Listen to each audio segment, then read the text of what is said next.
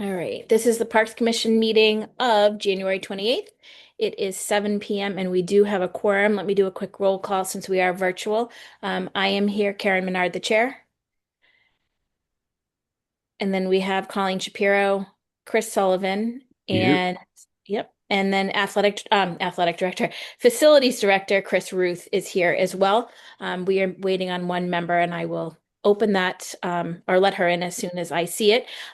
So in accordance with the requirements of the open meeting law, please be advised that this meeting is being recorded and it will be eventually broadcast over Lunenburg Public Access and uploaded to the Lunenburg Access YouTube channel.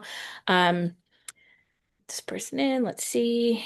And just so anybody who's screen sharing, just please keep in mind what you're screen sharing so that you're not sending all your personal information out there. And if anybody is looking to speak, just use the raise hand feature.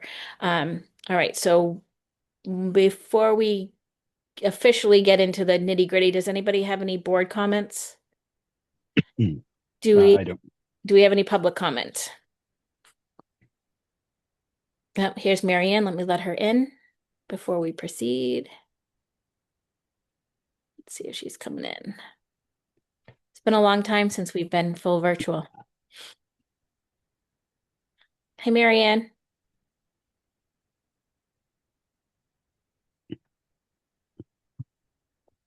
Oh, there she is. Can you hear us, Marianne? Just We, muted. You're muted. let's see. Did you get a pop-up asking you? There you go. You there? I'm here. All right, sweet. So we are officially started. I just gave the reminder that if you do any screen sharing, you want to keep in mind what you're screen sharing so that your private information doesn't get put out there. All right. So quick facilities director update. Do you have anything, Chris? I do not have anything new. It's all the parks are covered in 2 feet of snow. Okay, awesome. Um, Let's jump right into the Lunenburg Youth Baseball. So with us tonight, we have Matthew Gilman and Jamie Anderson. Is that who's on the other one? Is he on? I see a Rise phone, but I'm not sure who that is. Yes, my name is Ryan Franzik. I'm Okay. also on the baseball and softball board. Okay, awesome. Matt, do you want us to wait and to see if Jamie comes on, or how do you want to I handle did this? just message him. I Sure. assume he should be on any minute. I'm happy to kind of give an introduction, but I'll defer to the board. It's up to you. I don't mind jumping to our next one and then circling That's back. fine. Yeah, I think as soon as he gets on, I know he's trying to send me something. So as soon as I get it, Sure, not a I'll problem at all. raise All my right, so hand. let's jump down to the McNally Field sign. So I don't know if I shared this today. Hold on one second. Let me. Fitzgerald too, right? I have Fitzgerald. Yeah, let's do is my brain's lost. Chris, are we dealing with we're not dealing with the McNally Field sign. We're dealing with the Fitzgerald Field sign. Yep. So I have an incorrect agenda item, which I don't think is going to be a big issue. So this is actually the Fitzgerald Field sign. This is not McNally Field sign, just to be clear. The Fitzgerald Field sign, two times in the last 10 years have had to be replaced because it's the way it was designed. It's hanging from chains, it swings in the wind, and it broke again earlier this year or late last fall. I had seen it and notified Chris. So then Chris went off and got a quote to have it repaired, but instead of actually having it repaired, he put out in a quote or put out a request to have a whole new sign, one that would be mounted to the poles versus put on the hanging by chains. Did I get that right, Chris? I know I got the name of the field wrong. More or less. The sign guy came out and looked at it and basically said it's going to keep happening if it's on the chains. So they recommended the new style with it bolted to the poles. Okay, let me pull up the I do have an estimate here. Let me see if I can screen share that.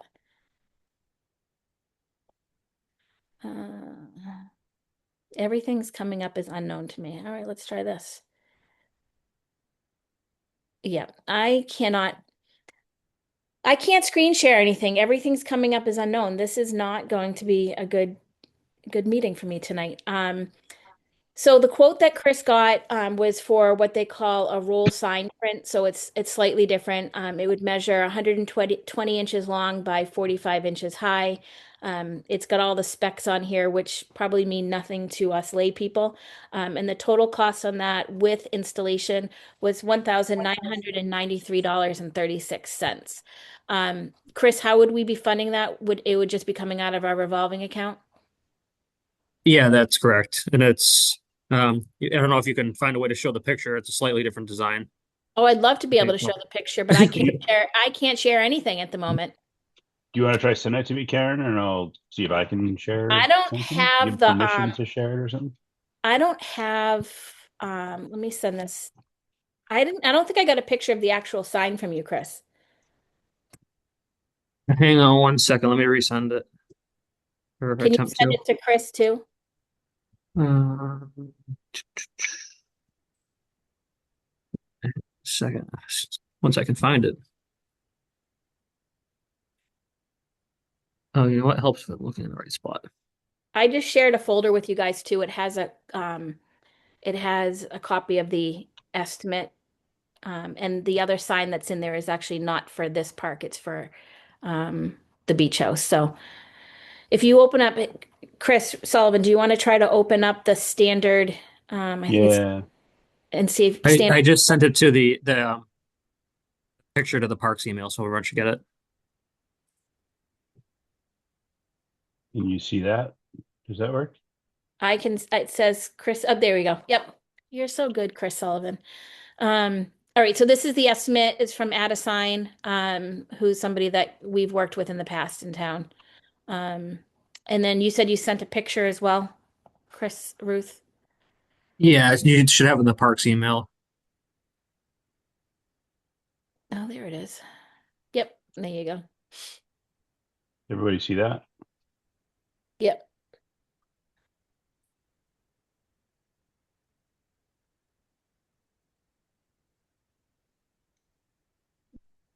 Okay. Does anybody have any feedback that you want to provide to Chris on this? Are you good with this? Do we want to? I think because of my mistake, I'd want to do one of two. Would want to do two things. I'm okay approving it tonight, but I'd ask for a revote at the next meeting just so it's on the agenda correctly, and we've done it right. Because apparently Karen doesn't know the difference between McNally and Fitzgerald this week. So, does anybody have any feedback on this one? It's fine it's fine by me if it's good, looks clean, looks nice. Funds are there to take care of it, so. Yep. Yep. Yep. I just want to throw in, when we get to the town beach sign, it looks very different, but That's okay. okay. Yeah, I'm okay with that. Colleen, do you have any issues with it? No, it looks good to me. Okay. Baseball folks, since you're on and this is a field you use, do you see any issue with this sign? It would be going in the same location as the sign that's there that was there now, but instead of hanging by the chains, it would be mounted to the poles. No, from Okay. our perspective, I've noticed in the past 2 years that the sign has fallen down and has been hanging on one chain. So I think it makes sense from our perspective. It'll look nice. Yep. Awesome. Great. All right. Could I get a motion to approve and fund the proposed proposed sign for Fitzgerald Field? I'll make a motion to approve the sign and fund the new sign for Fitzgerald Field. And do I have a second? I will second that. You guys make it easy with the initial CS. Thank you. Appreciate it. Because we are remote, I do need to do it via a roll call vote. So Chris Sullivan, Aye. Colleen Shapiro, Aye. Marion Mascari, Aye. and an aye from myself. So Chris, you're good to go. I am going to put it on for the next meeting just so that it's recorded correctly in the agenda that it is actually for Fitzgerald Field. Sounds good. I'll get them started and get in the queue to get it built. Okay, awesome. Thank you. All right, let's circle back up to the baseball crew. All right, take it away, gentlemen. Thank you. Matt Gilman, 186 Reservoir Road, Lunenburg. I'm the vice president of the Lunenburg Youth Baseball and Softball program. I have two kids playing in it. We, for the past couple of years, have discussed internally the situation down at Powell Field and the dugouts there, in terms of where they are in terms of their condition and deterioration and the benches. And we've made improvements over the years in terms of the new scoreboard there. We've put new safety yellow fence topper throughout the field, and we've now reached a point where I think we are interested in moving forward with replacing the dugouts. I know a few years ago, I don't know exactly when, they did the softball dugouts on the softball field up above. So we've worked hard, and I'm going to turn it over to Jamie Anderson to kind of take the committee through our hope.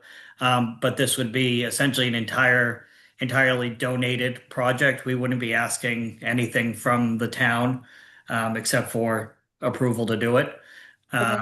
The layout, I believe, is essentially the same. It's just going to be demoing what's there, putting in a concrete base and building two new dugouts, and kind of cleaning it up and making it safer. Because right now there are some, there's conditions there where the benches aren't even flat, you're at an angle. And so I'll turn it over to Jamie Anderson as he's kind of running with this, and Ryan. Okay, great. Thank you. How's everyone doing tonight? Good, how are Jamie, you? Good. I had some material prepared, visual, but it was just an aerial showing the marked up. Oh, Matt's able to share it? Yep, he can. Oh, great. Oh, I had another zoom in, but that's quite all right. Yep. So I live here in Lunenburg, 319 Highland Street. I have just moved here a year in November.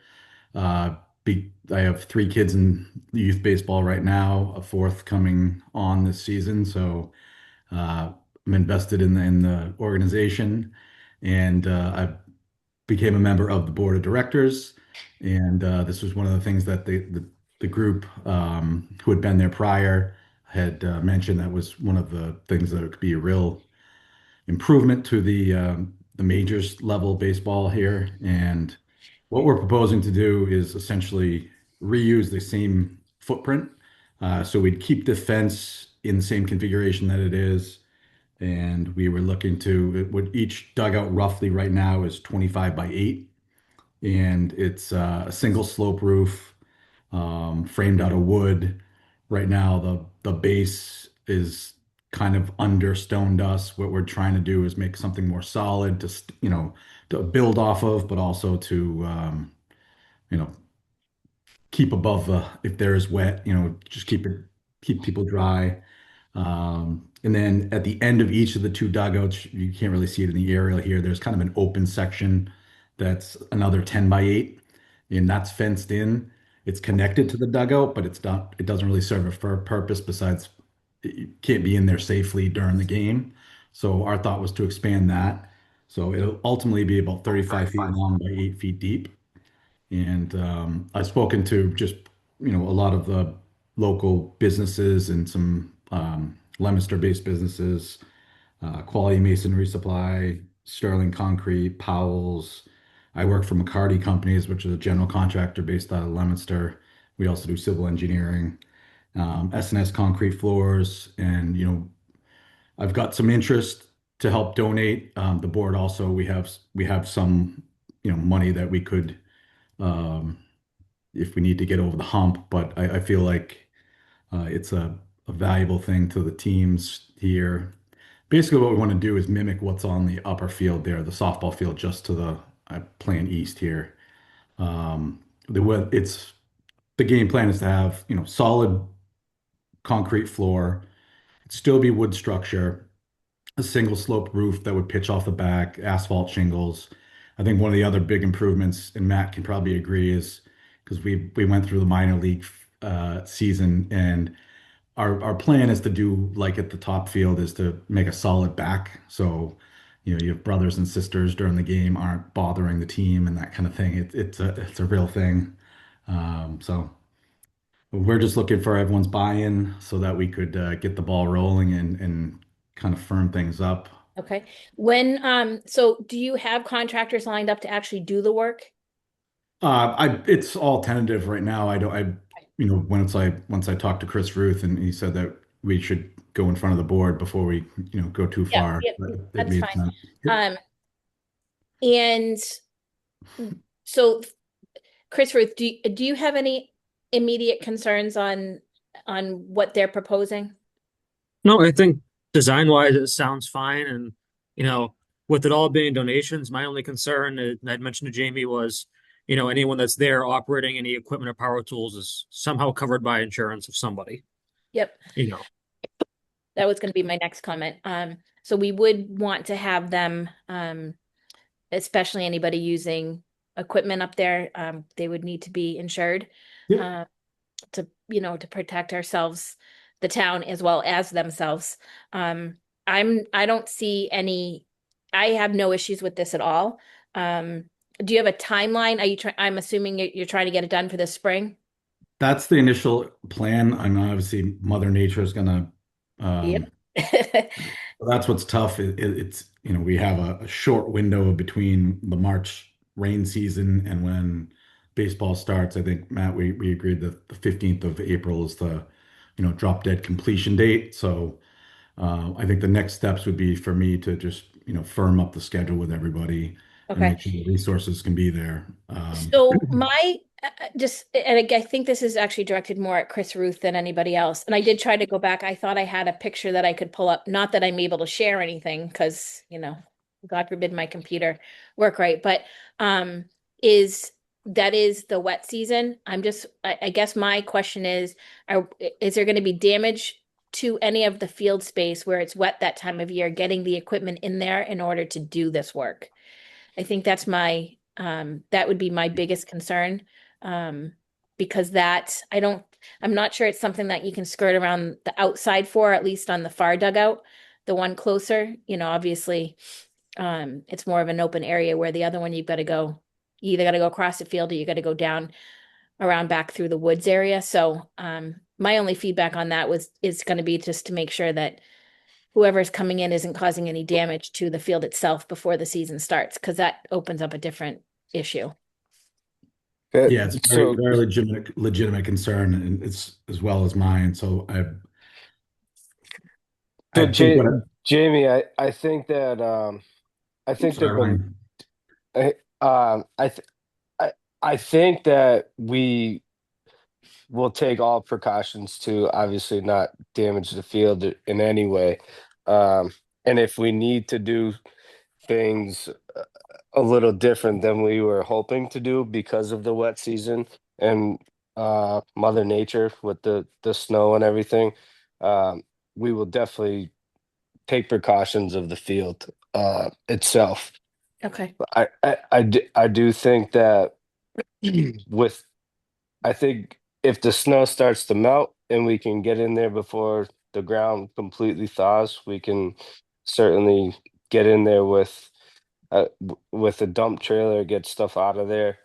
And if there's any concerns, we'll stay off of the field completely, and we'll do it manually and get stuff back there with whatever we need to get back there. Okay. Yeah, it would just hold up yours. I mean, other than it being more work for the town, if the field got, if something happened to the field, it would hold up your season. And obviously I wouldn't want to do that either. So, And we've talked about coordinating with Matt May and Lakeview, okay. and ensuring they're comfortable with the timing and that they know Okay. what's going on. I mean, I would say my only concern with it is, concrete truck access is going to be the bigger challenge. And depending on what the season does, there's a way to make it happen. Okay. Yeah, there's definitely ways to work around it. We could obviously. Okay. Jamie, you might have to call in a favor for a concrete pump for the day. And that's one of the things I was thinking, and I've worked in site work before where if you have to bring a mini excavator over someone's lawn, you can hopscotch it with plywood to Yeah. get there, and it absorbs, disperses the weight and that, there's no point load on it. So there is ways. Of course, it makes it more complicated, but we can Is list Ryan and I. So Ryan wasn't here at the initial, or maybe he was, and we didn't acknowledge him. Sorry, Ryan. But Ryan's also on the board of directors here for Yes. for the Yep. Lunar. I asked who he was in the beginning because sometimes when people log in, I thought he was actually you because sometimes people log in and they pop up as somebody totally different. So he did Yeah, introduce himself in the beginning. I've been trying to change my name, but I for some reason I can't figure out how to do it. It's okay. Uh, It's okay. I can actually rename you Ryan. I'll just put you in as Ryan. So Ryan Okay, Ryan thank is you. also in construction. He works for Biotech Builders. He's a Okay. site superintendent. So Yeah, So so yeah. we're gonna help out with the wood framing and Jamie's gonna kind of handle the site work side of it, and Okay. my And team will kind of handle the construction of it. any color wise that you're doing is going to be similar to what we have up there now if you're painting anything. we Yeah, can we could certainly paint it whatever color. I- I would say to match this as close as we can to the softball field right behind it. Okay. Yeah, I just don't want anything that's like, suddenly coming in as like safety orange or something like that. That would totally yeah. Hot go with pink. what we have. Yeah, exactly. I mean, I don't mind the pink, but I mean, we don't need to see it from Mass Ave.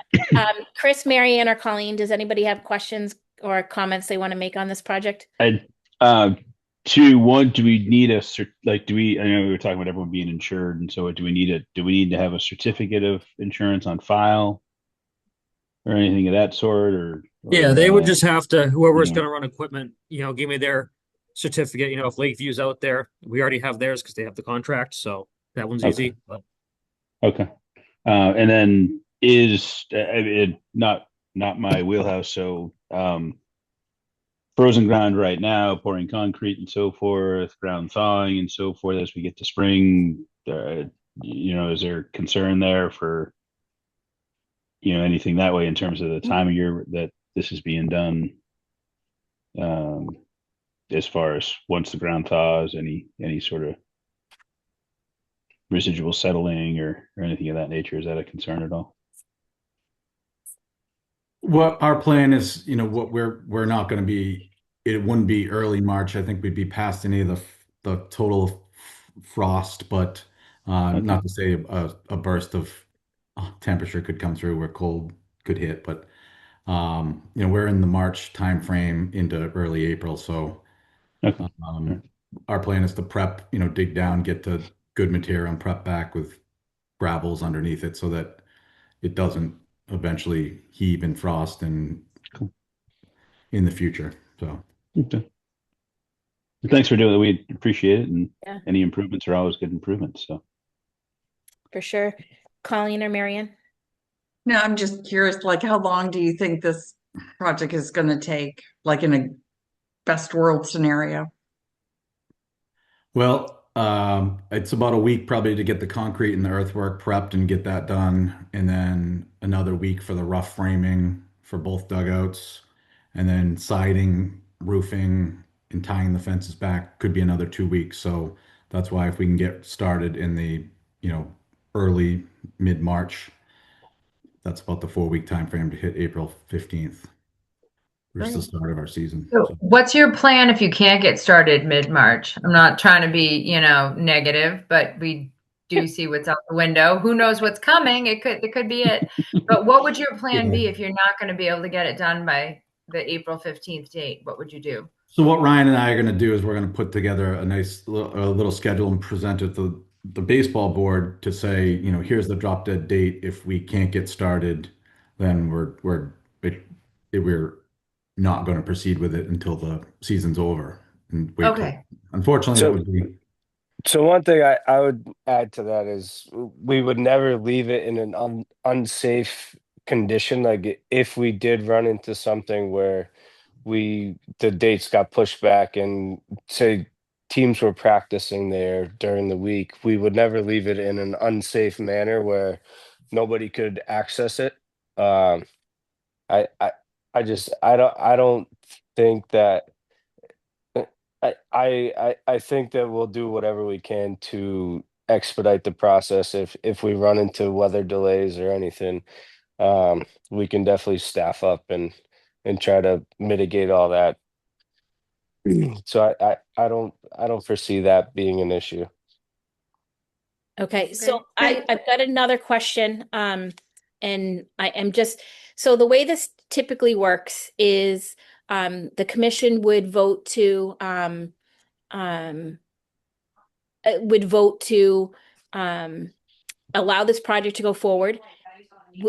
Worked obviously based on of donations from the whoever the baseball group set up, and then once it's completed, it would actually go in front of the select board for final acceptance of the gift. So it is, we don't need to involve them yet. We don't involve them until the project's actually over. So just so nobody's surprised when they see it on a select board agenda down the road of accepting of this gift. Let me ask you this question.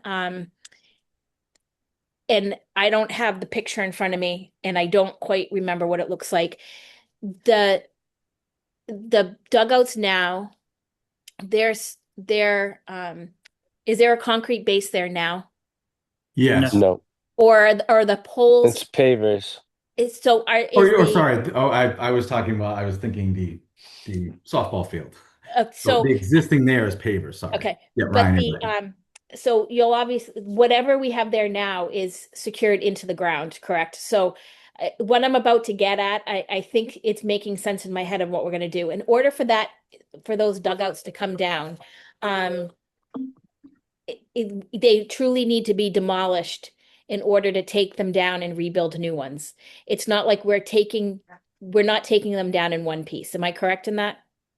Correct. Okay. That's actually the answer that I needed to know for a variety of reasons. So the way I would say that we should proceed on this is let's make a motion and a vote tonight to allow them to go in to do the work, having them go through Chris Ruth for the final approvals so that we know that the insurance information that's needed is there. Then when they've completed their work, we'll bring it to the select board for final approval of it. I don't think there's any other step that needs to be done. So could I get a motion tonight to allow the Lunenburg Youth Baseball Program to remove and to construct 2 new dugouts at Powell Field using private contractors and donations through their program? Does that motion even make sense? You said that so well. Is that a motion?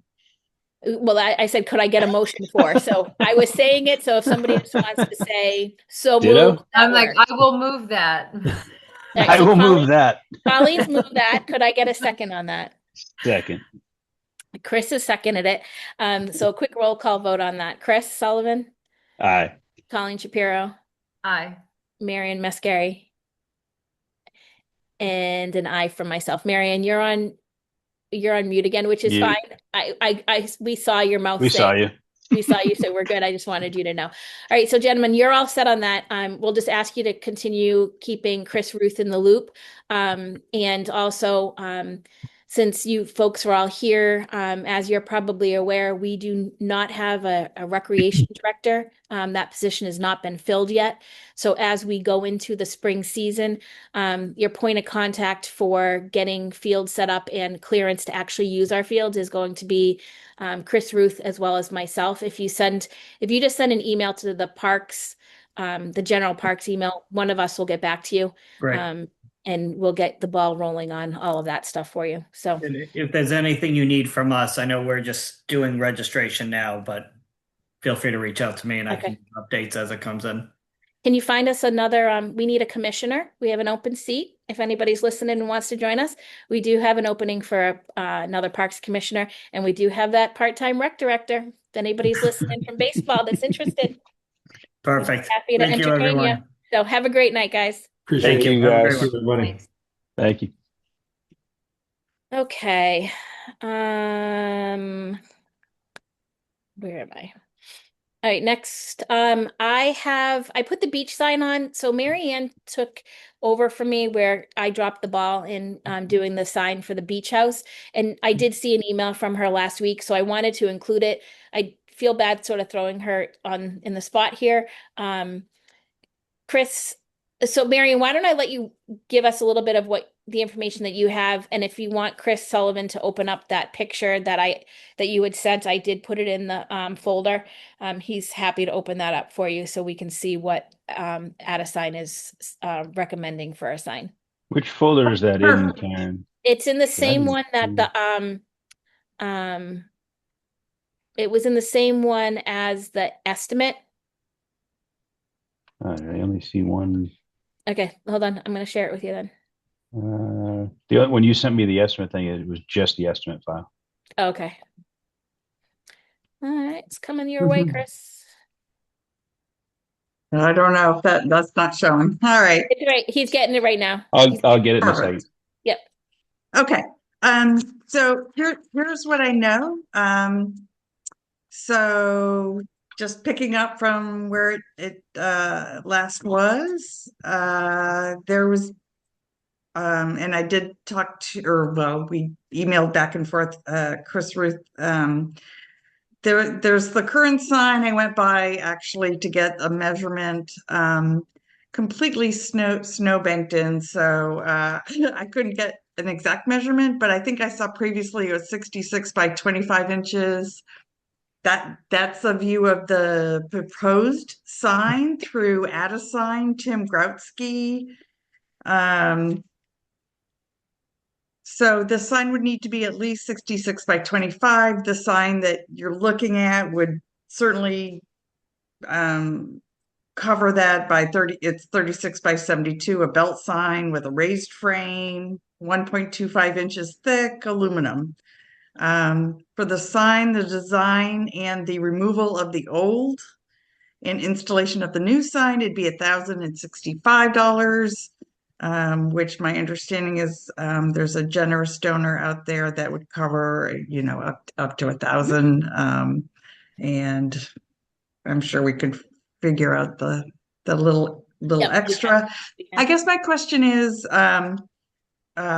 you made reference that we've used Adesign before as the Parks Rec. Is there a need to go through a couple others? I did kind of look at a couple other companies that we could get a quote from, Alpha Graphics and Was Arthur Signs, both locally. If you want me to pursue that, I can, or if you feel good about Adesign, we can go that way. So we don't necessarily have to have a loyalty to a specific company. Okay. We are free to use whoever, and it's under the threshold, so it's not something that would have to go out to bid. So we can make that decision of who we use on our own. I am correct in that, right, Chris Ruth? You are, and I've worked with all of the sign companies she's listed, and you wouldn't have an issue with any of them. Yeah, so Okay. unless and if you're interested in seeing what else is out there, you're welcome Why to do not? so. That's perfectly fine. And to be honest with you, Marianne, if the price needs to fluctuate a little bit and we throw some of the funds in from from our revolving account, that's not going to be an issue either. So Okay. my only feedback on this sign, and this is just me being like hypersensitive and aware of street addresses. First of all, I'm not sure if anybody ever realized this, but I believe it's the town beach sign. It's either the town beach sign or the numbers on. Yeah, with the town beach sign, I fixed it. I fixed it myself. For decades, the address on the town beach, the sign was actually incorrect. I went in and fixed it. So if you were to look closely at that sign, you can see where I went in with vinyl and fixed the number. I'm wondering if we should add an address. I don't know how it would look or where it would fit. Right. But, Because the old sign had 365 on it, and this one doesn't. yeah. So, and the only reason I sort of like that idea of even just putting like the actual street name on there as well is if anybody ever had an emergency outside that town beach, they know exactly where they are by looking at that sign. But that could be me overthinking it. So I like the way this sign looks. I like I like how clearly it says the Genevieve Nass Memorial Beach House. So if it doesn't have that, fine, but if somebody else came up with a design that had it, I wouldn't be against that either. Okay. So, Okay. so do you want to do a little bit I- more work on that? and Yeah, see- I feel like there's enough time, Yeah, but Yep. which we can actually in this conversation figure out when we really when we really need to, pedal to the metal, need to know for sure. I would like to have the sign up on this beach house when the beach, which will be a conversation in a little bit, would open for the season, Yeah. which would be at sometime in June for a variety of reasons. But no, well, number one, we renamed this beach house, I think almost 2 years ago.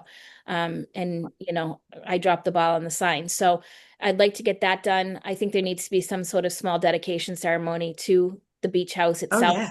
And one of her friends actually reached out to me a couple weeks ago to see where we were on this. So Mhm. I know they're keeping an eye on things. So it would be nice just Yeah. to get it done in her memory. So, Yeah, I definitely have thoughts on that. I've been kind of looking at some things on the ideas of ceremony, so maybe getting so a dedication ceremony, whenever that date that we decide on is, flowers for the family, a speech, maybe refreshments, notifying press. I know I can arrange for a citation from our state senator. Maybe we set up donations for whatever cause that the family is interested in. I mean, just Okay. throwing these ideas out. who knew we had a Um, party planner in the bunch? I I used to be in appreciate it. HR. I used to have to plan the Christmas party. This is great.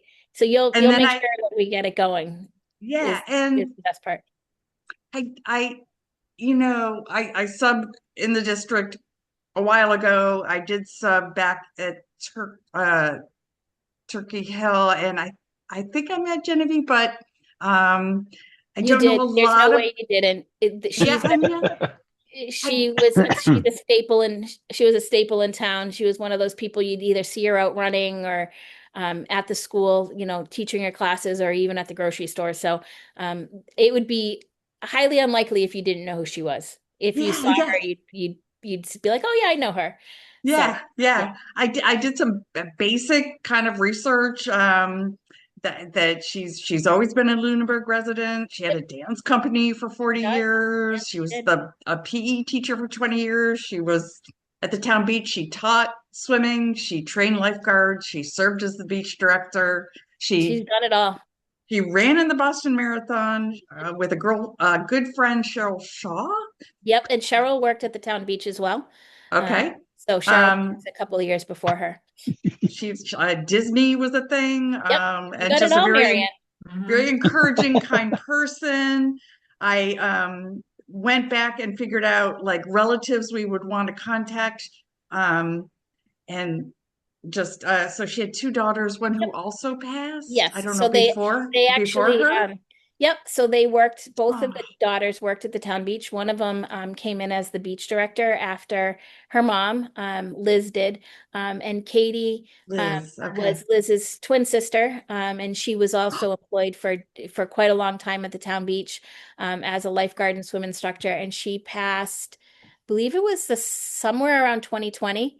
So she did pass before her mom. Because when I started subbing in the middle school, and then when I saw the names of the grandkids, I'm like, oh, I know that Yep. the Kiefers, Yep. the Cole and Mason. So anyway, so Yep. 4 grandkids, a brother, sister-in-law. So I thought, definitely invitations would go out to the family. I want to be respectful. I don't know if we contact them directly or we have the funeral director like act as a go-between, or if it's okay to contact them directly. It is okay to contact them directly. Okay, good. Yep. Good. Yep. I'll wipe that off. Yep, it is. Friends who wrote on her obituary page should get an invite. Put it in the press for community members. Yeah, so that's Okay. thinking, we'll work on it. making Yes. it an event and Yep. making it public. Yep, for sure. and also making it special for the family and just recognize. I remember when when my dad passed and they put a tree up for him with a plaque, and like that meant a lot. And um, just having, like I said, maybe flowers for the family Yep. or just I and think a I think nice we have the right speech. person on this. We have the right person on this because I can't get out of my own way lately. So I appreciate Yeah. you taking on all of this. All right, so you'll Yep. get back to us with more information on signs, and then we'll Sure. get something in the works. Yep. Yep. And we'll work with the whoever comes in as the summer beach director. We'll work with them as well to solidify a date, and we'll get that all Right. underway. So awesome. Super. All right. So Chris Sullivan, we don't need that sign anymore, but you're welcome to leave it up if you want to. All right.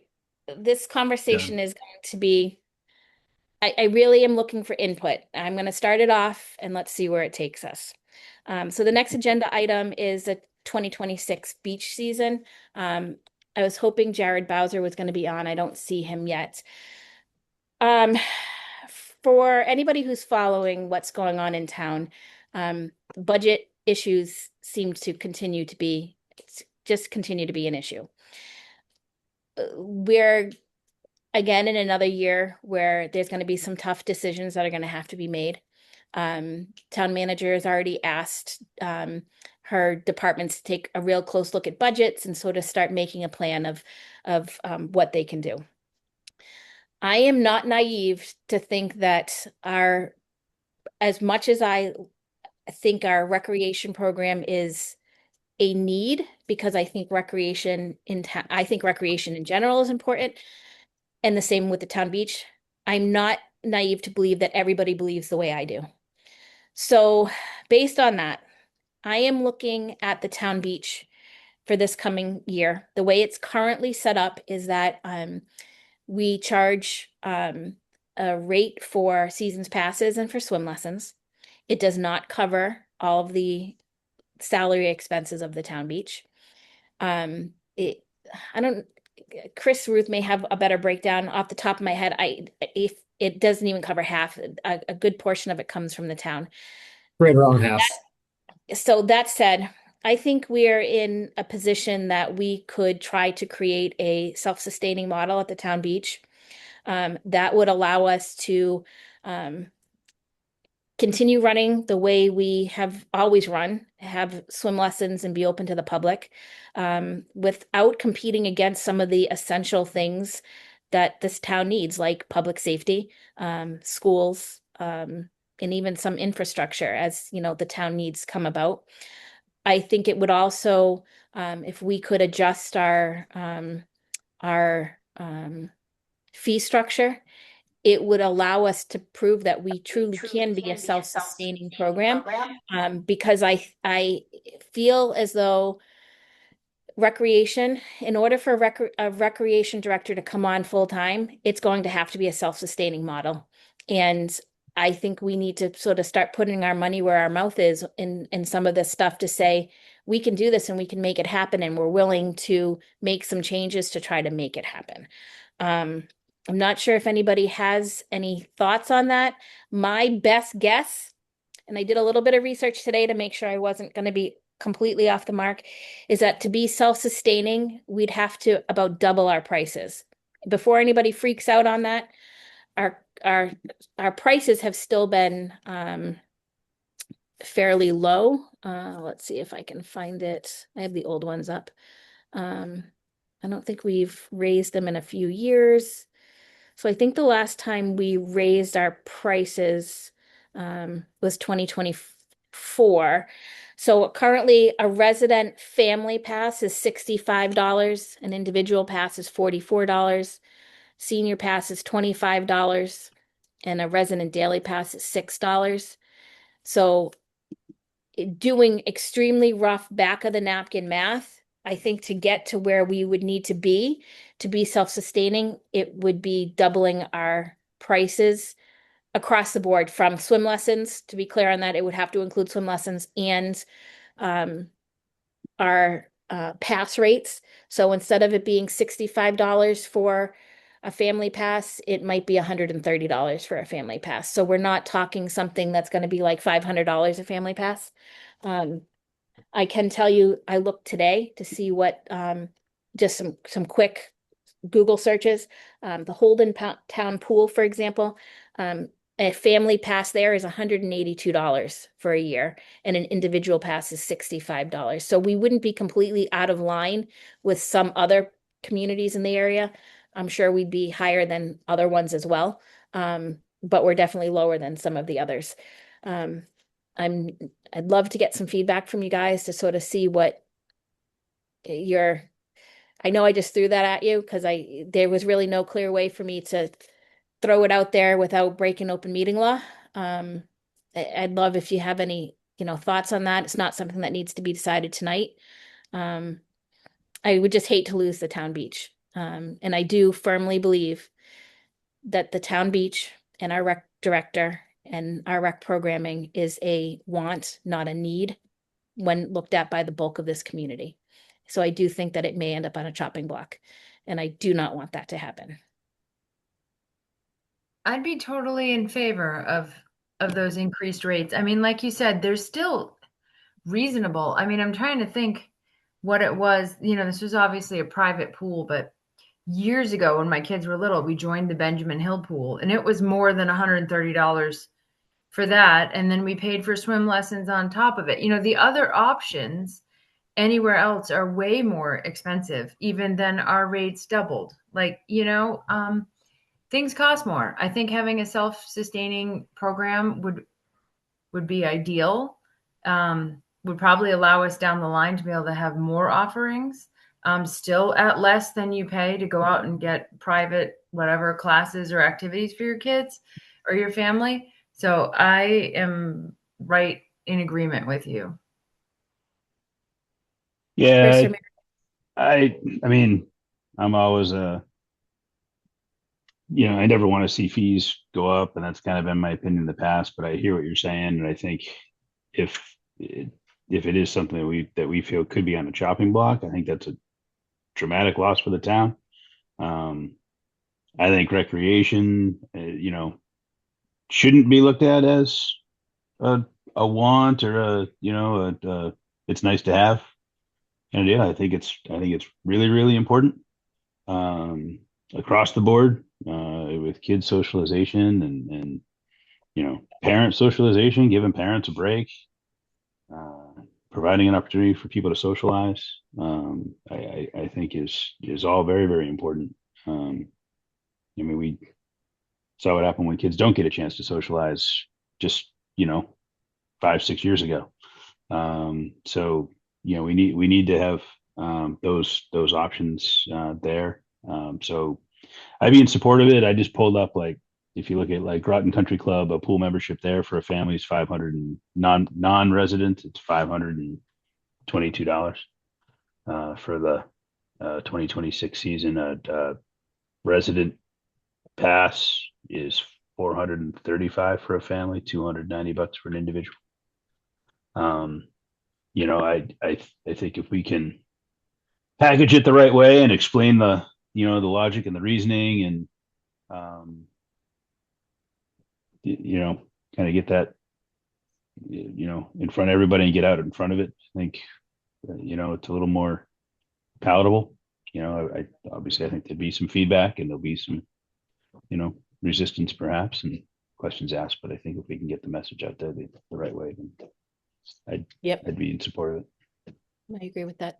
Getting the message out there is it's something that I spent some time today. I typically wing things, right? And then I tend to have some of those open mouth insert foot moments because the way I'm trying to get what I'm trying to say across doesn't always come across that way.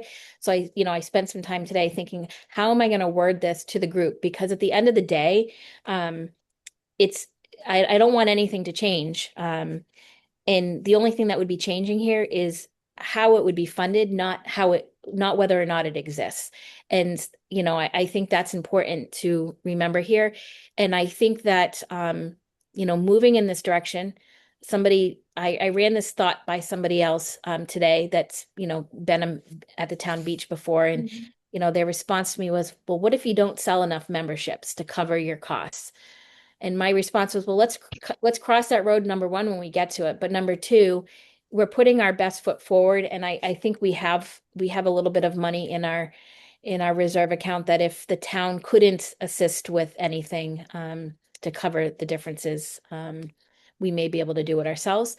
And I think this is going to be the year that we're going to be looking to our beach director, whoever that is. I think Jared's going to put his name back in. I would assume Jared is going to be the one that gets it and comes back. But, if he changes his mind, we'd be working with that beach director to are there other ways as well that we can minimize some of our costs? The past 3 years, summers, I've reviewed all of the scan ins on the MyRec platform to see what time people are coming in, when we're busy, when we're not busy. And I want the beach director to look at those hours as well, because there's many days, and there was in 2024, that there was literally nobody at the town beach, yet we've staffed it with 3 lifeguards for, full shifts for those entire days, and not one person scanned in.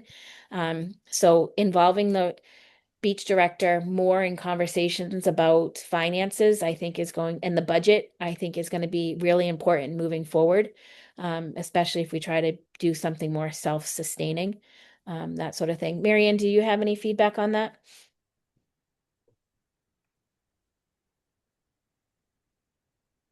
Marianne, you're muted.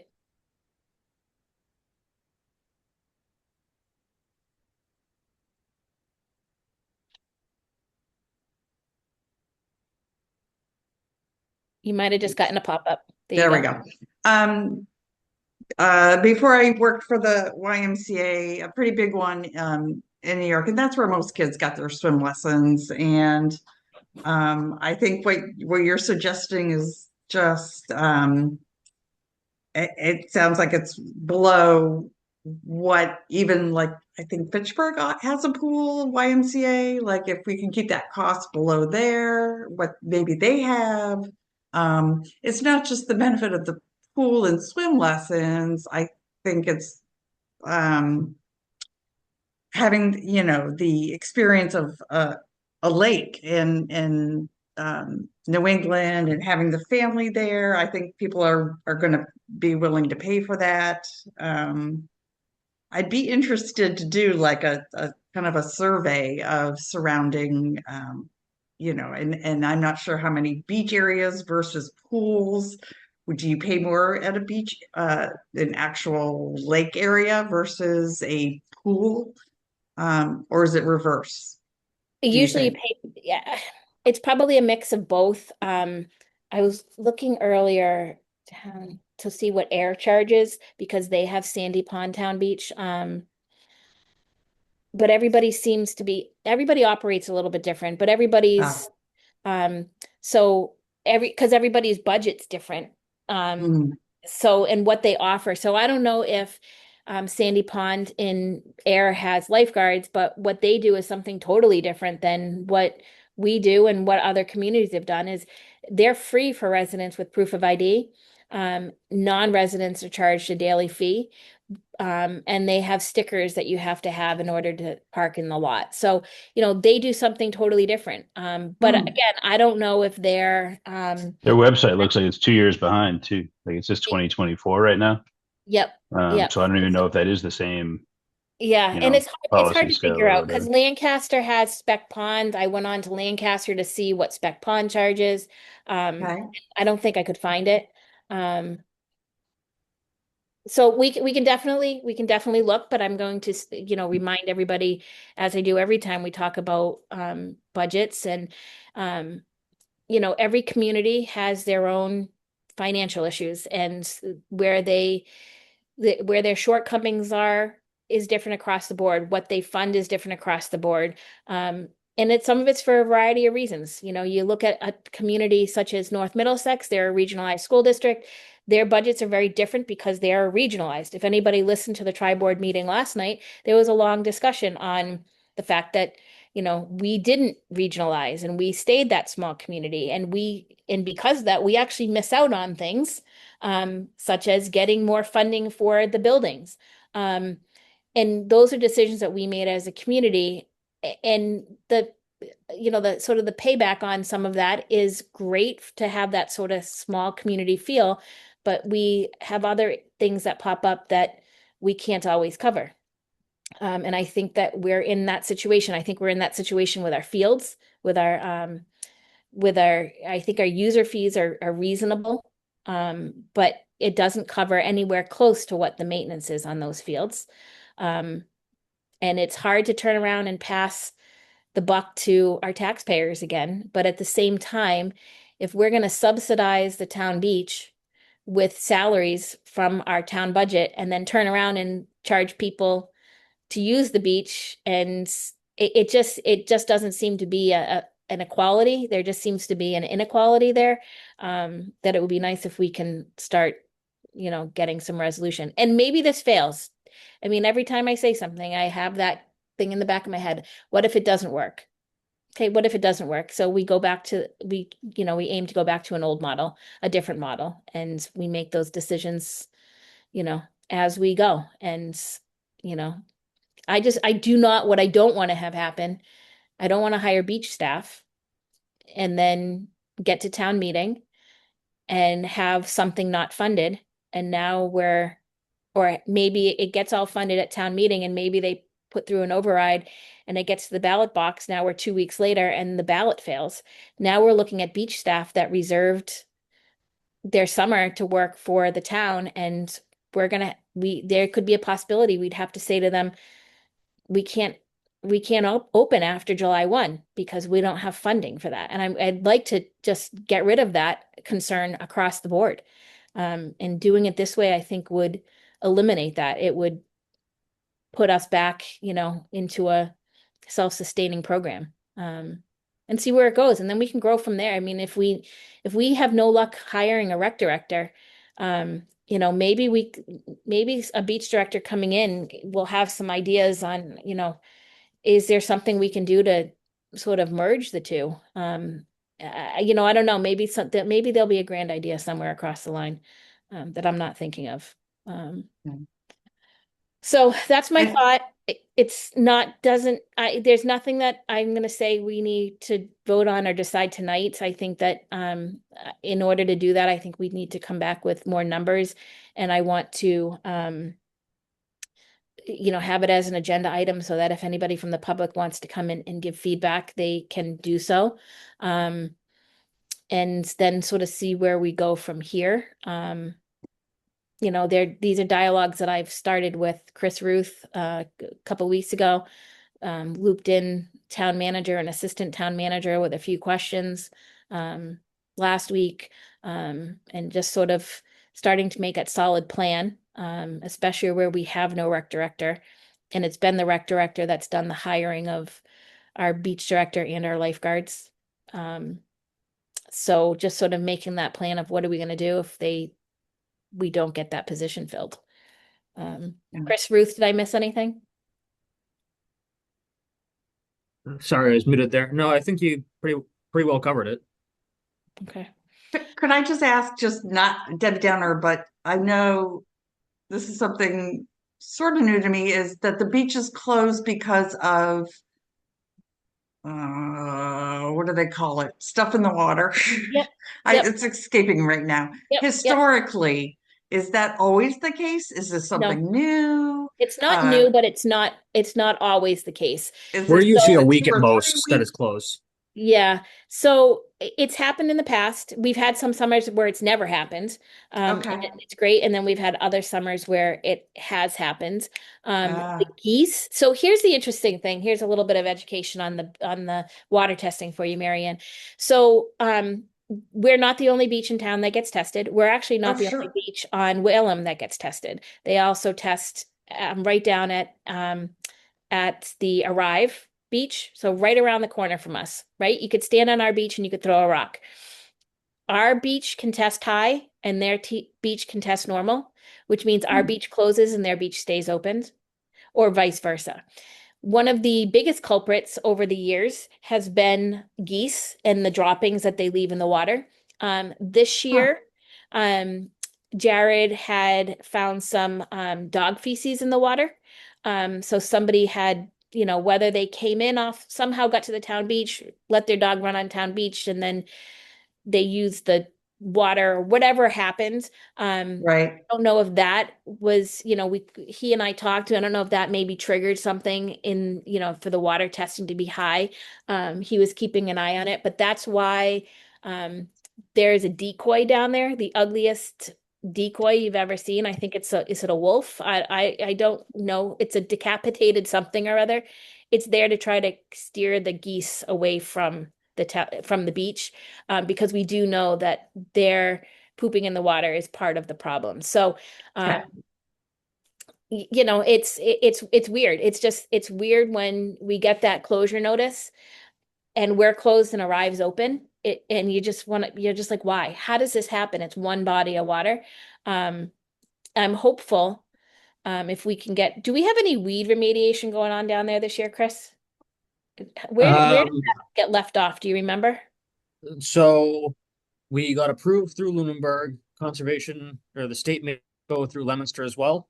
And the paperwork from Leominster is getting mailed to me to be recorded. So in the spring, we can start water treatments. Okay. So it's also possible too that once that because stuff gets tangled up in the weeds, right? I mean, we'll use a bird, for example. They float in, they do their business, it goes down in the weeds, it hangs around longer than it needs to. It's possible that once these weeds are down, we may even see less closure notices, but it is not unusual to see a beach closure. And like I said, there are some years where it never closes, and then there's other years where we could be closed. Usually it's, about 5 days, about a week. It's not usually much more than that, although it wasn't this summer. Was it last summer or the summer before? I think we had an extended closure. So it happens, and it's just, that's not our doing. That's Neshoba comes in. They're the ones who get to call the shots on whether or not we can be open. Okay. Yes, and that's always a fun time. It throws things off, right? Because we all have kids, and the kids rely on summer employment, and a lot of these kids are going to college. And now all of a sudden they don't work for a week because the beach is closed. And we have tried in years past to do things with them, like, come in, you can get paid for your shift, and we'll just have you clean the beach house or whatever it is. We've tried stuff like that before. Sometimes they take us up on it and sometimes they don't. So, it affects everybody when the beach is closed, not just the beachgoers. It's our lifeguards and staff and Sure. all that kind of stuff. So, okay, awesome. Okay. So I that'll was just be on. wondering if there was a Yeah. trend. Yep. So that'll be on the agenda for the next meeting, and we'll sort of figure it out. I'm going to hit this one. I'm going to just skip over one, and that so that if Chris wants to jump off, he can. We did receive abutters notifications from the Zoning Board of Appeals and from the Planning Board on their meetings regarding 947 Mass Ave. 947 Mass Ave is the old Main Street Bank. For anybody that hasn't been following it, there is a proposal to put a Dunkin' Donuts in there. The proposal originally, for anybody that had been following it on Facebook, had gone out with a drive-through. They were going to have a drive-through window. And since that information came out on social media in the past few weeks, the building inspector did reissue his opinion, and he rescinded the opinion that a drive-through was allowed in that area. So I'm not really sure which direction this is going to go in at this point, whether they're still going to be interested in going in there without a drive-through. But we were notified as abutters of the meetings. Zoning Board of Appeals, I believe, actually was meeting tonight, if I'm correct in that. And the Planning Board, I believe, was moved to February 5th, maybe. I'd have to double check. But does anybody have any concerns as an abutter of that property with this project that thinks we need to go to this meeting to make a public statement on it? Perfect. That sounds I good mean, to it's me. going to compete with Colleen's coffee shop at the Brooks House, but By the way, that's Colleen and Karen's coffee shop at the Brooks House. I was in for $1, so we're up to like $3, I think. So we're Yeah, Colleen's three- cooking with coffee gas. shop and That's 3 Karen's times as bake- many dollars as you need for me to sell you that building. So Yeah. Just kidding, So- in case anyone actually thinks it's serious. Yeah, No, yeah, it- just no. just No. a dream. No. And that's it's staying in our heads. So I mean, we were just notified as a formality. So yeah. So Chris Ruth, if you want to go back to your family, don't feel like you have to stick around, but you're welcome to. I'm gonna take off, and I appreciate it. So have a good night, Awesome. everyone. Thanks, Chris. You Have too. a great Thanks, night. Chris. Good one, Chris. All right, so let's see if we can do these really quick so that I can go to bed. All right, so we had talked last about policy and field use forms and all that kind of stuff. I pulled up the field use forms and I've come to a conclusion that there's actually, with the field use form itself, the section that you fill out, that's not a problem. The problem was how it was enforced, and it wasn't being enforced. So part of the enforcement of it is that our own policy isn't clear enough to say what we're expecting. Like, you cannot make a blanket request to have the fields from April 1st through July 1st, because then we can't rent it to anybody else. And our policy never said that. So I uploaded 2 documents because 2 things have popped up since we discussed this at the last meeting. One was the field use policies, which I put in that drive, and it's pretty lengthy. I'd like to see if we can chop it down. Some of it's lengthy just because things are on individual lines, like, what would happen? And this was a question posed to me by town manager and somebody else a few months back. If somebody breaks the policy, if they're out there using a field when they're not supposed to, what's your recourse? Well, guess what? We didn't have any because we didn't have a policy for it. So apparently we have to have a policy if we're going to enforce anything.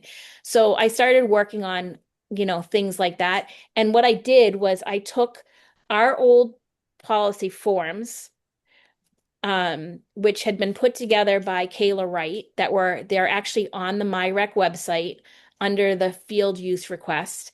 It's all in there. I think it's confusing. It's just a lot of stuff in there that it just didn't necessarily all make sense. And then I started to fine tune it. So I'm not sure if we want to, my thought is, instead of going through it tonight with everybody, I would just say to you, that's the reasoning that policy's in there. And then it's not something that I would want to approve tonight without giving the public feedback, the ability to give public feedback down the road at our next meeting. So I don't want to push anything through that quickly. So I'd say we could discuss at the next meeting. And then the other one that I put in there is signage. And the reason I did the signage, so we have a policy, it's a one-liner, and the policy is that as long as there's no political signs, the youth groups, so our users like baseball, they can sell their advertising. They can put it up on the fences at the fields. However, in that policy, we had said Fitzgerald Field wasn't included. Okay, but it just didn't translate correctly. So I started working on that. So that's what that 1-page document is. And I went so far as to, try to, more on the political side of things, more on the appropriate side of things. So we're not advertising for, the local strip club down the street, which wouldn't be necessarily a family oriented thing. I tried to include stuff so that the language would be clear, as well as what happens if the signage isn't, kept up, that we had the right to take signage down at the end of a season if they hadn't done it, and things like that. So that's what that second sign policy is. It's just building off of the policy, the basically one-liner that we already have to make it a little clearer on what our expectations are. Is there a historical reason for no signage at Fitzgerald? So yes, I went Okay. back and I listened to it. You were actually part of the discussion on this, Chris, too. Sure. This was something approved. I believe Anna was the chair at the time. So yes, the fences at Fitzgerald that would be appropriate for that signage it runs along the street, Road. Yeah. blocks people's vision View to of see the, the, yeah, yeah. to see like kids running in and out, Yeah, so I yeah, kept it yeah. in there. I kept it in there because that's what we had originally voted on. But I mean, as every policy we create, anything can be amended at any point in time down the line. I think So, there's backstops or something down there. Maybe they could use yep, the backstops and or we something could like that. change the wording of that to say, signage at Fitzgerald can only be along the backstop. Chris Ruth pointed out something today. The Parks Commission doesn't typically run advertisement, so we don't have ads that go up, signs that go up. However, we may want to put something in there that says, if you've donated time or money or whatever, like for example, Powell last year or the year before when they came in to fix when somebody did the donuts on the Powell Field, Battlefield. came in to fix that, they can absolutely, they can probably hang a sign if they wanted to do, to advertise that. That was a huge benefit to the town that we received without having to, spend a nickel. And maybe the right thing to do would be to say to these, these Yeah. private companies that are doing that, yes, if you would like to hang up a sign, we'd love to have a sign there. So that's just what that is. I know that the Little League, they have a new board. So with a new board comes, a lot of ideas. And I know that they've put in they've started to put in a push to get some advertising dollars brought in to supplement their programs. So, it just seems to be the right time as well to just solidify our policies on that. Did anybody read them that has feedback? I mean, if you want to provide me feedback tonight, that's fine. Otherwise, I'm good holding it till next meeting and just ask that you go through it. Literally feel free to redline whatever you don't like, change wording on whatever you don't like, and we can throw everything together and make one cohesive document. On the just as I skip, and I'll take a couple of reads of this, but just as I've gone through it, just once over, the signage policy lists Veterans Memorial Park. It says all ball fields under care and custody, but Veterans Park wouldn't be a ball field, so we Oh, could yeah. just maybe say all facilities under the care and custody of. Let me open it up.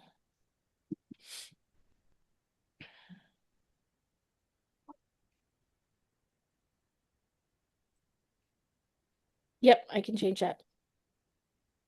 And in the logic, just as I'm thinking, the logic regarding Fitzgerald, which 100% makes sense. Some of that same logic, just from a safety standpoint, might apply to things like Wallace and Town Beach and so forth, as far as signage covering the fence, as far as visibility. Just police driving by, being able to look, and or safety of kids running out of the basketball courts or anything of that sort. Just something for us, I guess, to think about. Yep. Okay. As we look at that. Okay, no, that's a good one. Not that I think we're going to be doing any advertising per se down at the Town Beach, but especially where I just said if somebody donated time and we wanted them to hang a sign, it could become an issue. So I wanted to also run this by our building inspector because the town does have a sign bylaw. And I just want to, I don't think we're outside the town bylaw with what we're trying to do, but I did want him to sort of weigh in on that as well. But I'm open to any and all feedback. And if you want to tell me to put this away and never open it again, that's fine too. I take any feedback. I read them. I thought, just a quick once over, and I thought they were really thorough. I think it might be worth, like Chris was saying about the sight lines and the safety or whatever, just determining for which fields where they can put them and sort of communicating that.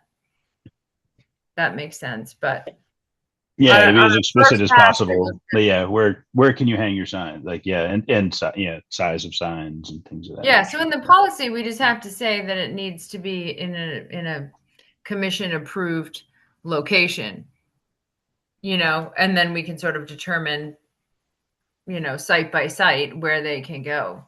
Yep. Okay. And that's something that we could probably hand over to, Chris Ruth as well to be the facilitator of that piece of it. And the whole signage thing came about. It's been in place for a few years, but it was because the signs that had been over at McNally they just they weren't they just they had been falling apart. They were half on, half off, out of date, and they didn't look good. And in trying to clean things up, that's sort of where this policy why it had originated. And then because originally we had them take down all their signs, and then we had to implement the policy. And I went back and listened to it, because even our motion, I think we need to get better at reading our minutes. And maybe I say that from me too, because I went back to the minutes from that meeting and I pulled it up, and the motion that was made was not the motion that made it into the minutes. And that's not just to be clear, it's not the gentleman that's doing our minutes now. It's somebody from, one of the first people we had. So it didn't translate well. So I had to go back. I'm like, that is not what we voted. And I know for a fact that's not what we voted. And sure enough, I went back and listened to the meeting itself. And I'm like, that's not the motion that was made. And the reason we were creating this policy was because the baseball program wanted to, they were looking to start up their advertisements again. So they were looking for guidance. So we voted on giving them the guidance. But as everything, everything I feel like it's starting to come together, and we're fine tuning things as we go. As we look at each facility and determine where we think signs should go, it might be worthwhile having input from the chief of police or something like that, or fire department, from just their concept of visibility of and safety of things versus ours might be different, Absolutely. I guess. Yep, absolutely. We can do that. So I'd love their input. On the other policy, the only thing that I really see is under the conduct, safety, and use expectations, as I just reading it once, the workout park, just like we talked about earlier tonight with the youth baseball and softball here, the work on parks and facilities or grounds may not be initiated by an individual without the consent and approval of the facilities director, but I would also like to have us included in that approval process, I think. Sure. Let me put that in there. I think that would be important. Just, it doesn't leave the door open for something to have happened unbeknownst to. Yep. Nope. us. You're absolutely right. You're absolutely right. And I don't, as grilling, I don't think there's another way to grill other than gas or charcoal, I don't think. But Nope. I think I was trying to rack my brain. I feel like there was like a third way to grill or something. So, and there were things in here, I don't know where they came from. Apparently, so here's what we did the last time we approved the field stuff, is the motion, which is correct, and the motion that was made during the meeting, so it's in the agenda, I mean, it's in the minutes, and it was actually on the audio, is that we approved the documents as presented. Well, now I'm trying to go back to find that document, and it's just, going back, 7 years trying to find this document. I can't. And which one's the original? I also can't find. So there's things in there like adult supervision is required for minors at a ratio of 1 adult to 15 minors. I don't know where that came from. I left it in there because Kayla Wright, our previous director, had it in there. Gambling prohibited on town property, she had that in there, so I had kept it in there. Do I think we need all of this? Possibly not. She's the one who had all of the conditions for, when the field was going to be closed. Do we need to have those in there if the facility director at the end of the day is the one who makes the ultimate decision? Maybe not.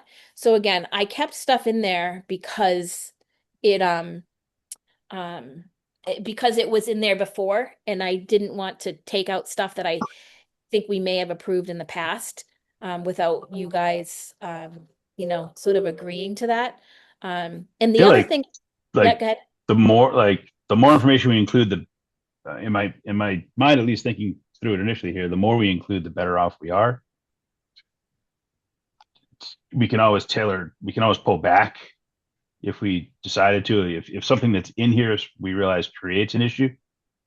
I guess I almost look at it as being a little more proactive than reactive. Yep. so if we have more in here, and then, youth baseball reads this and has questions or raises a concern that makes sense, we can pull that back, as opposed to realizing something is happening that we with a group or with individuals that we then feel we need to go and add to the policy to be reacted to an issue that happened. Yeah. The other thing I think I want to add in there, and I had thought about it today, is, this is it's a facility use policy, right? But it's a lot of it's geared to user groups, especially, it talks about events and things like that. But I think there needs to be a statement in there to start that says, these are public parks open to the public. When a user group is not using them, anybody can use them. Obviously, it needs to be wordsmithed a little bit so it sounds better, but I want to make it clear to people in our community that these parks, whether it's a baseball field, whether it's a basketball court, whatever, it is open to them. And you can go on a baseball field and have a picnic. You can go on a baseball field and play dodgeball, soccer. You can do whatever you want on those baseball fields when they're not in use by user groups. Right now, I stand by what I have said for years, which is people see a baseball field and they don't want to go on it. We get some use, of course. I mean, and we do get people that walk their dogs or, around the outskirts in order to get to the t-ball field. And so we do get some use there, but a lot of times the fields end up sitting empty, and it would be nice if they could be used more. Our tax dollars are going into these parks that are open to the public. The other, Speaking of dogs, Karen, we should probably loop the dog policy as part of this facility use policy. okay, let me put it I in there. think probably, Yeah, I was thinking the same thing. or at least a mention of it, that there is a dog Yep. policy See for the our dog facilities and see here kind of thing, something Yep, of that I can do sort that. of Yeah. deal. Yep. The other thing, and Chris, I know you hate this topic, and I am not looking to change anything now, and I'm going to give an example of this. We have it. So this, I find this I'm finding fascinating because I don't know how we're supposed to work all this, and I don't know how other towns do it. We've been approached by a private nonprofit youth club level baseball program looking to use some field space. They are specifically looking maybe a day or two during the week for practice. They're willing to work with around the schedule of Lunenburg baseball, and they want to do games, X number of weekends in a row. The way our policy reads is a non-resident youth organization is 30 children. It's $30 per child for the season, which means this group coming in it's from the best I've been able to figure out, it's a club level team and charges a considerable amount for their kids to play, could rent field space using it as much as our baseball program is for between $300 and $400 for the entire season. And I don't know if we need to look at that pricing either, to sort of figure out some of these higher end, what's a fair price to charge a team that does have some Lunenburg kids on it, but has plenty of kids from other communities. That is they are a youth sport, but they are a nonprofit. I mean, we used to pay thousands a year for our girls to play on club soccer level teams. Right. So I don't know. I thought that was interesting. The gentleman's been very great to deal with, and he's super responsive. And I ran this by Chris Ruth, and we just sort of like said to each other, "Wow, that doesn't seem like very much money to use a field for an they'd be considered non-resident because the majority of their team wouldn't be Lunenburg players, is my understanding. So they'd be considered a non-resident youth sport. It just doesn't seem like very much, especially where we don't charge for the away team. So like when Lunenburg baseball plays Townsend, we don't charge Townsend. We're not charging them a per player fee. We just charge. So when these groups come in, this private group, if they've got 10, 12 kids on a team, I don't know how many kids they have on the team, just to be clear on that. I'm just going by what my gut says. They then bring outside teams in, and it doesn't seem like we're getting much of a benefit for $300. or whatever it is that we ended up costing them. So I don't know if we need to figure out a different pay structure. I don't want to change. I'm not interested in changing the Lunenburg youth programs at this point. It almost sort of lumps into that Jamboree tournament thing, but even that is yeah, that's and $10 per person, but we don't define that either, I guess, as we look at that. Like what I know, categorizes as is that I know. like a I 3-day limited to a 3-day scenario, or like Yeah, how I guess maybe Do other we need towns to define. charge per player for like some of them do. Some of them do charge per rentals? player. Like for somebody out of town, they charge per player too? Yep, some of them do. It's harder. Like I tried to find Leominster's prices because I believe this club also played in Leominster. And I'm not sure what's happening there, why they may not have a home this year. I'm not sure. I did come across an interesting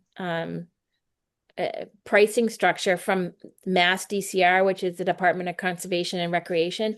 When they rent out their fields, their one-time use is $40 an hour, but their seasonal rentals, they charge $200 for a 1 hour block.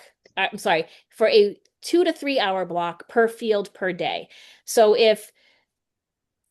say this we'll use this baseball program. Say they want to come in and they want to have 2 practices a week, they get charged $200 for day one, $200 for day two. And if they have a game on the weekends, they pay $200 for that game.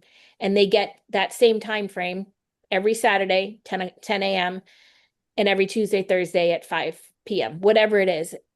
That was an interesting structure because I've always seen it as like an hourly rate or a per player rate. I've never seen this $200 broken down that way. I'm like, oh, that's an interesting way of doing Hmm. it.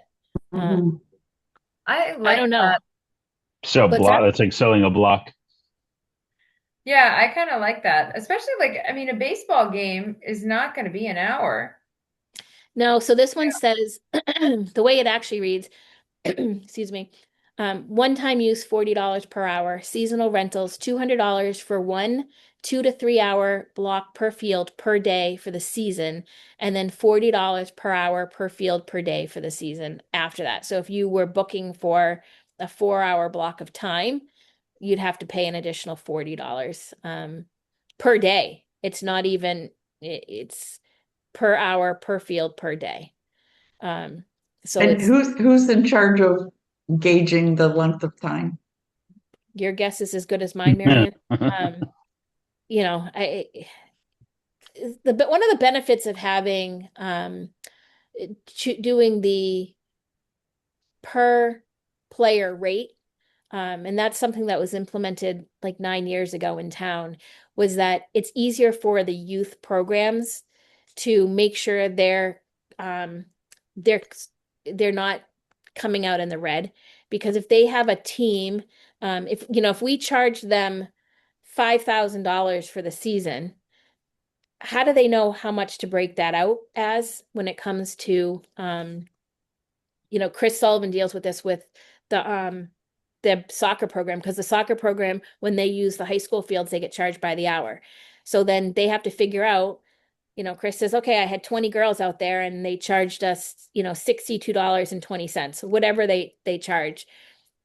This was the per player rate seemed to be easier. We can always change it to whatever, but I think at a minimum, we need to look at the like these private clubs that are coming in. And I think we actually have too many. We have all these pay scales, like the rates. We've got the Jamboree tournament stuff. We've never hosted a Jamboree or a tournament. I think that would probably come under one-time rental. And we have a rate for one-time, like our grass fields, non-resident one-time use is $70 an hour. So, I'm wondering if we just have too many on there as well. So if you Yeah, guys, that would cover the Jamboree tournament kind of deal. It'd just be the hourly price to rent the. Mm. yeah, so redline some of this stuff as you guys read it before our next meeting, and we can make some adjustments and then, sort of go from there. I think that if this group wants to come in at this point, you know, I've opened up the communication. I've talked to Chris Ruth about it. I think they're just gonna come in under whatever this rate is. So we would just be looking at going forward. So it wouldn't affect anybody at this point. So yeah, so that's what all this is. You guys redline it. If you think it's wonderful, then we don't have to make any changes, but you know, just bring it back. The big one for me is this enforcement and non-compliance section. And that section about not doing any additional or not doing any work down there without explicit permission. Because that has happened as recently as this past fall. And we're trying to stop that. Not that we don't want them to do the work. We just want to make sure that we know that they're in there doing the work, because if our landscaper shows up at the same time as their people are, it's just, it creates a conflict that doesn't need to happen. So. All right. Does anybody else have anything on that topic? Nope. Sweet. Nope. All right, excellent. I don't really have, on my side of things, under chair updates, I was going to mention, so next week we have a meeting with the skate park group. Full transparency, Marianne, if you haven't figured this out yet, no idea how, like, this is all, I don't know how all the pieces go together. I understand what's going on, but getting all these pieces together when legal teams are involved, I'm not sure. It's my understanding, and I will let them explain more at next week's meeting, that the concern when they left us last was on the bonding issue and them getting Yes. a bond, a completion bond. It appears that they have gotten creative and have found a local business that's willing to work with them to basically sponsor them to get this. They'd be, from what I've put together, they would be putting up a bonds under their business name, putting their reputation out there to make sure this project gets completed. So that's where the discussion is going to start next week. We have invited town manager and town council. It's going to be via Zoom. I am actually hoping to be at town hall because I would like to sort of be a stone's throw away from town manager as I'm trying to navigate how this is supposed to be done and I get it done correctly the first time. And it's easier for her to yell to me from her office than it is to be sending me text messages going, stop this. So I may be there. So if you see me and I'm in town hall, that's the only reason that I'm there. And then the skate parks folks will be there with their legal counsel. And I believe that they have also invited the private company to be in attendance. And I don't know if their legal counsel will be there. So hopefully next week we can get some agreements done and agreed upon so that we can get those signed off and they can get their work started. So yeah, so that's really my only update on what that meeting is next week. Our regular scheduled February meeting is scheduled for the 25th of February. Does that work for folks? Yep. Do you know if, I don't know Yeah, when your that'll be spring fine. season, Colleen, are you in the country? Yeah, yes. Are you gallivanting around town? Yeah, I'm here for a while. I'm like, where is she now? Your trip did look amazing, so at least I can give you that Yeah. much. I do enjoy watching it from a distance. All right, so we'll have our February 3rd special meeting that'll be via Zoom, open to the public, of course, if anybody wants to come. They're welcome to tune in and listen in. And then our regular meeting will be the 25th of February. Hopefully we will be in person. And we'll go from there. And then I think that's all I have. You had sent minutes out, Karen. Oh, They yes, weren't yes, on yes. Yeah. Good grief. I don't know that they're Who not an did- agenda item, but we can approve the minutes, right? We can. Can we do that? You want to know what's ridiculous? So Sure. last week, my husband was out of the country for a few weeks and Getting sick. getting sick, bringing it in from foreign countries at that. And I get a phone call asking if I could help with the finance committee agendas because they had a time sensitive, it needed to be in for a certain time. And I said, sure. And in Karen fashion, as always, I sent in the agenda for January 27th of 3036. And then I told and I did exactly what Chris does, and I sent an email out to all of his board members, and I told them that the meeting was actually so the agenda said January 27th of 3036, and the email said your meeting is January 29th when it was last night.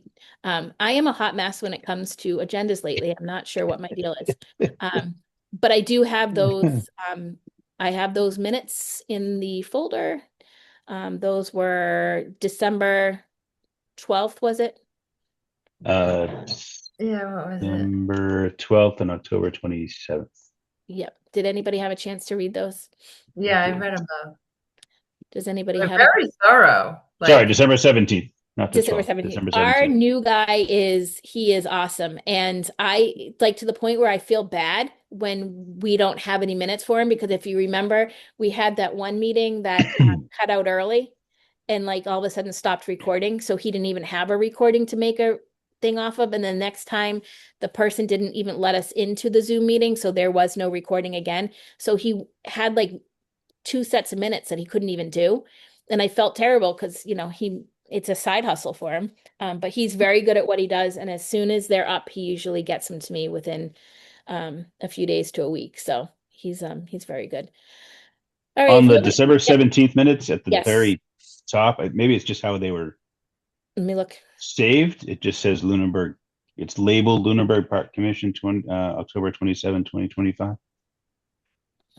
Which one is it? Above the December, That's December me. minutes above the logo, it's Yep. saved it. I don't know if that's Yep, that's me. I'm gonna matters. change it They're right dated- now. It does. they're It does dated matter. appropriately. So So he sends it over to me on like a it's just like a Word document, and then I cut and paste it, and I just didn't I didn't change it. So it's December 17th. I've just updated that on my end. Any other changes, Chris? I didn't see anything else. I think that was good. Okay, so I will take a motion to approve the October 27th minutes and the December 17th minutes of 2025. So moved. Any second? I'll second that. Second. Oh. I'll take Mary Ann. I already got Colleen enough. She has I different will initials Spread it anyway. around. Yeah, I will roll call vote that. So Chris Sullivan, Aye. Colleen Shapiro, Aye. and Mary Ann Mascari, Aye. and an aye from myself. So those are approved. I believe we're caught up on our minutes. All right, I will take a motion to adjourn it, unless there's a public comment from anybody. No public. I'll take a motion to adjourn at 8:38 p.m. Motion to So- adjourn at 8:38 p.m. And Colleen seconded, and I do have to roll call this. So Colleen, Aye. Chris, Aye. and Mary Ann. Aye. All right, we are done. Thank you, folks. We will see you next week. Thank you. Good Feel night. better. Thank Thank you. you. Feel better. Hope you feel better.